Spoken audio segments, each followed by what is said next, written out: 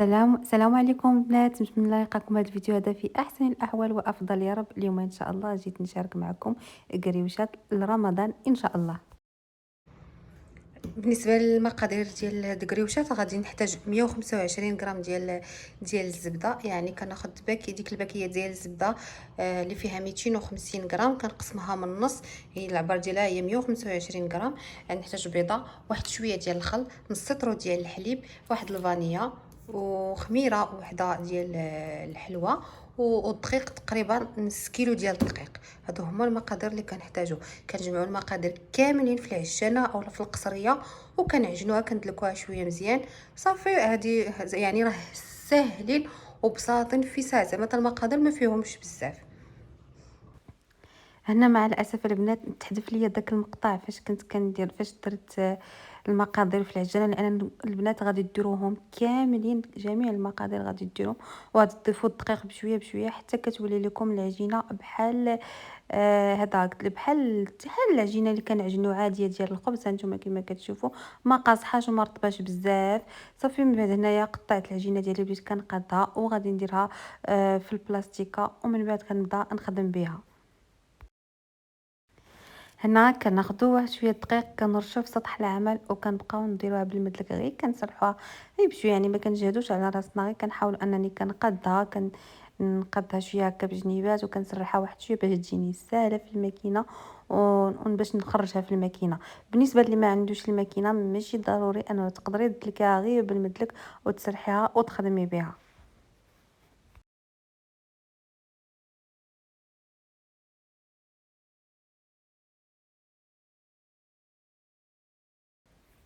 وانا البنات كما كتشوفوا من خرجتها من الماكينه، حاولت انني كناخذ هذيك الجراره ديال الشباكيه وكنقطع بها هكا، كنقاد الجوانب وكنحاول انني كنقطعها كما بحال التقطاع كما كنديروا ديال الشباكيه تقريبا بحال هكاك البنات. غير بالنسبه كتختلف واحد الحاجه، هو ان التخلاف ما تيكونش بحال الشباكيه. كما غتشوفوا معايا انني كنحاول انني ندير ليها داك الجراره ديال الشباكيه، كنقطعها نقادها مربعات بحال هكا كما كتشوفوا، كيما الخدمه ديال الشباكيه البنات. غير الفرق اللي قلت لكم ان التشباك هو اللي تيكون فرق، ماشي التشباك ديال الكريوشات ماشي هو التشباك ديال الشباكيه. كما غتشوفوا معايا انا غادي نقاد معكم الطريقه كيفاش كنشبكو. كنحاول انني نبسط لكم. كندخلوا ديما كناخذوا واحد الصباع، كنبقاو في هذوك الاطارات، كنحاول كندخل واحد وكنخرج واحد، ومن بعد كنحاول نهز داك القنت الفوقاني مع القنت التحتاني اللي من الجهه الاخرى، وكان نلصقوا مع بعضياتهم. هانتوما كما كتشوفوا في الفيديو راه واضح كما قلت لكم. هانتوما كنهز داك، حاول جبدها بحال هكا شويه، وكنهز واحد داك القنت التحتاني مع القنت الفوقاني من الجهه الاخرى، وكنحاول انني كنلصق بالعكس. هانتوما كما كتشوفوا بهذه الطريقه. كنتمنى تكون العمليه واضحه لكم. انا كنحاول نعاود معكم واحده اخرى عاوتاني باش تكون الطريقه مفهومه.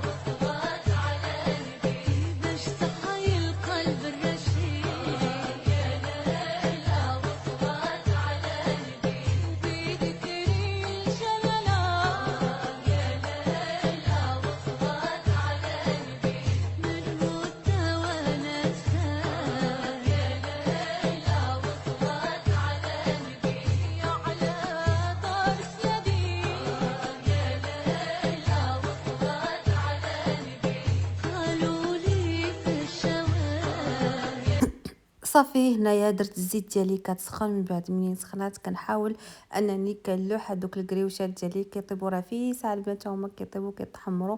هنايا كاين البنات اللي كيدير لهم العسل وكاين اللي كيدير لهم سكر كلاصي. انا بالنسبه لي انا كندير لهم سكر كلاصي البنات، كل واحد واشنو زعما كيحب وكيبغي. انا كنقول صافي كاينه شباكيه بالعسل، ما نديروش عاوتاني حتى الكراوش ليهم العسل.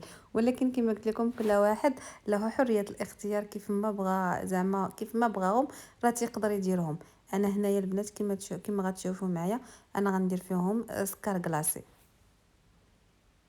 المهم فاش كنبداو يطيبوا راه كنحاول انني كنقلبهم، ما تخليهمش البنات يتحرقوا، راه في ساعه كيطيبوا البنات.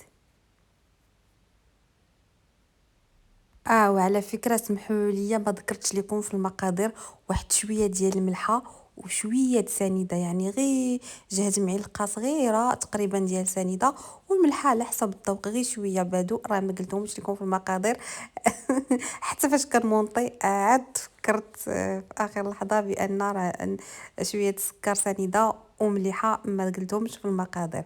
صافي من بعد هنايا ملي كيطيبوا لي شتي التحمر ديالهم البنات راه ما كنحمرهمش حتى كيتحرقوا، غير كيبداو يدخلهم الطياب صافي كيبقاو يتحمروا شويه وكنحيدهم بحال ذهبيين وكنحيدهم.